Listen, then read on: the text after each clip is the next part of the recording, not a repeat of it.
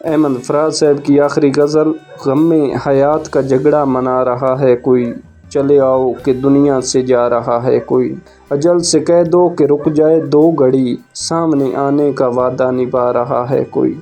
وہ اس ناز سے بیٹھے ہیں لاش کے پاس، جیسے روٹھے ہوئوں کو منا رہا ہے کوئی،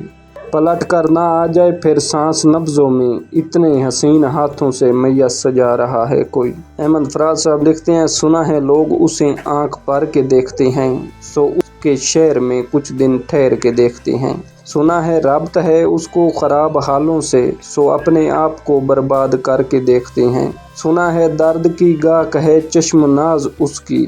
سو ہم بھی اس کی گلی سے گزر کے دیکھتے ہیں، سنا ہے اس کو بھی ہے شعر و شاعری سے شغف، سو ہم بھی معجزے اپنے ہنر کے دیکھتے ہیں، سنا ہے بولے تو باتوں سے پھول جھڑتے ہیں، یہ بات ہے تو چلو بات کر کے دیکھتے ہیں، سنا ہے رات اسے چاند تکتا رہتا ہے،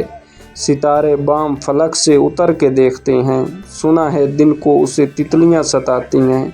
سنا ہے رات کو جگنو ٹھہر کے دیکھتے ہیں، خط کے چھوٹے سے تراشے میں نہیں آئیں گے، غم زیادہ ہیں لفافے میں نہیں آئیں گے، ہم نہ مجنوں ہیں نہ فرہاد کے کچھ لگتے، ہم کسی دشت تماشے میں نہیں آئیں گے، مختصر وقت میں یہ بات نہیں ہو سکتی، درد اتنے ہیں خلاصے میں نہیں آئیں گے، اس کی کچھ خیر خبر ہو تو بتاؤ یاراں، ہم کسی اور دلاسے میں نہیں آئیں گے، جس طرح آپ نے بیمار سے رخصت لی ہے،